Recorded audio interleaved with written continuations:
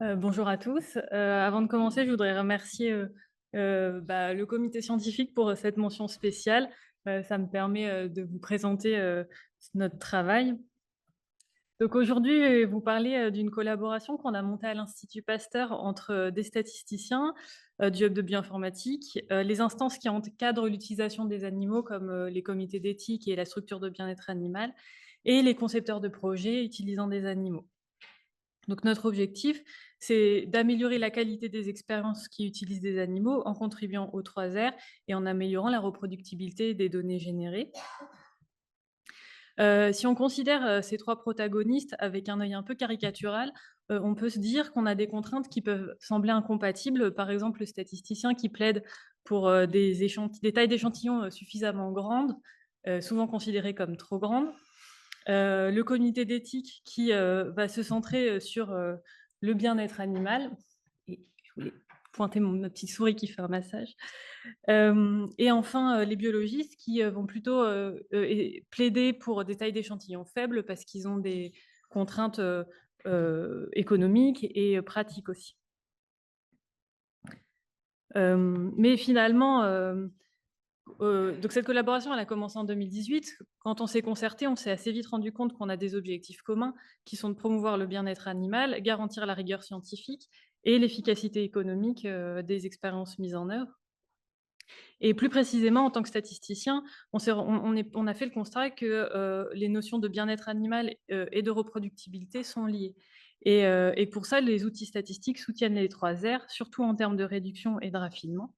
Et donc, pour contribuer à ces 2 aspects, on va utiliser 3 outils statistiques. Je ne vais pas rentrer dans les détails à cette heure-ci, ne vous inquiétez pas. C'est la notion de planification expérimentale d'un point de vue statistique, ce qu'on appelle les analyses de puissance, donc cette catégorie de méthodes qui permettent de calculer le nombre de sujets nécessaires, et aussi toute la réflexion autour de l'adéquation entre le choix du test statistique et la structure des données. Nous, en tant que statisticiens, notre objectif ultime, c'est de s'assurer que l'expérience prévue, elle va répondre à la question biologique posée.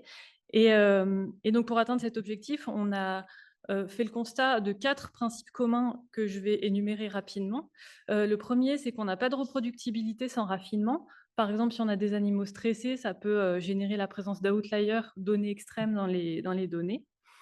En second, on a toute une réflexion sur l'optimisation des plans d'expérience, avec un exemple très simple ici d'un cas de figure où on n'aurait pas randomisé les animaux et on aurait donc des groupes non comparables, puisqu'en comparant un groupe traité et un groupe contrôle, on comparait en fait des groupes avec des tailles ou des âges différents.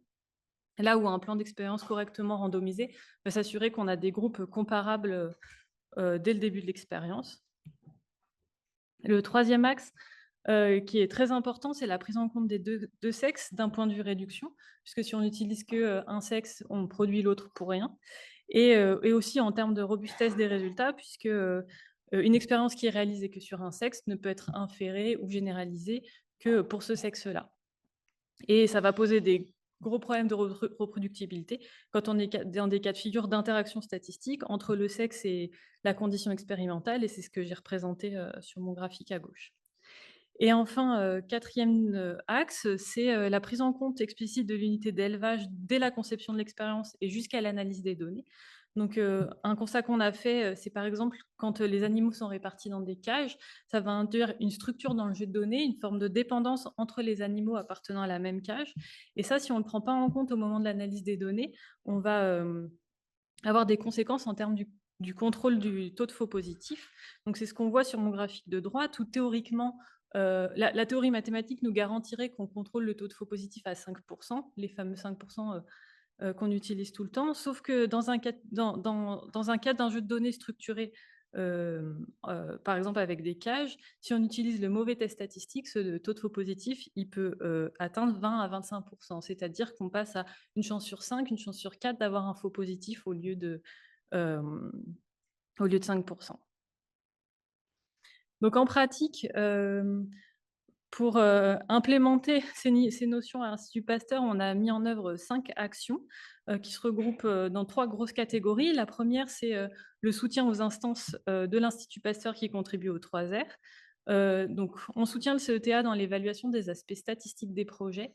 en rendant un rapport et en rencontrant tous les concepteurs de projets pour les conseiller sur leur plan d'expérience. Donc depuis 2018, on a évalué 350 projets.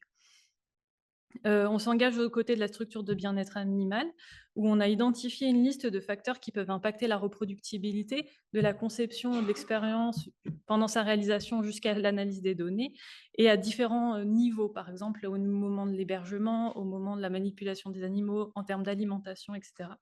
Et pour chacun de ces facteurs, on a proposé une liste de solutions pratiques et une liste de solutions statistiques. Troisième action, donc la contribution à la transparence concernant l'usage des mâles et des femelles. Pour ça, on a réanalysé tous les dépôts de projets pour quantifier l'éventuel déséquilibre d'utilisation entre mâles et femelles, et on a aussi analysé les arguments qui étaient utilisés pour les chercheurs pour justifier le choix de l'utilisation d'un sexe plutôt que l'autre. Et suite à ça, ça mener à une évolution du formulaire du dépôt d'autorisation de projet de la part du CETA qui incite les chercheurs à utiliser les deux sexes. Incite fortement. Quatrième action qui est une action de formation puisque toutes les notions qu'on utilise demandent une sorte de maîtrise d'outils statistiques. Donc, dans le cadre de la formation continue, on a développé 2 ateliers statistiques théoriques et pratiques. Et donc, depuis 2018, on a formé plus de 300 scientifiques. Et enfin, on essaie de mettre à disposition des ressources pour la communauté scientifique. Donc, ça passe surtout par le développement d'outils en ligne.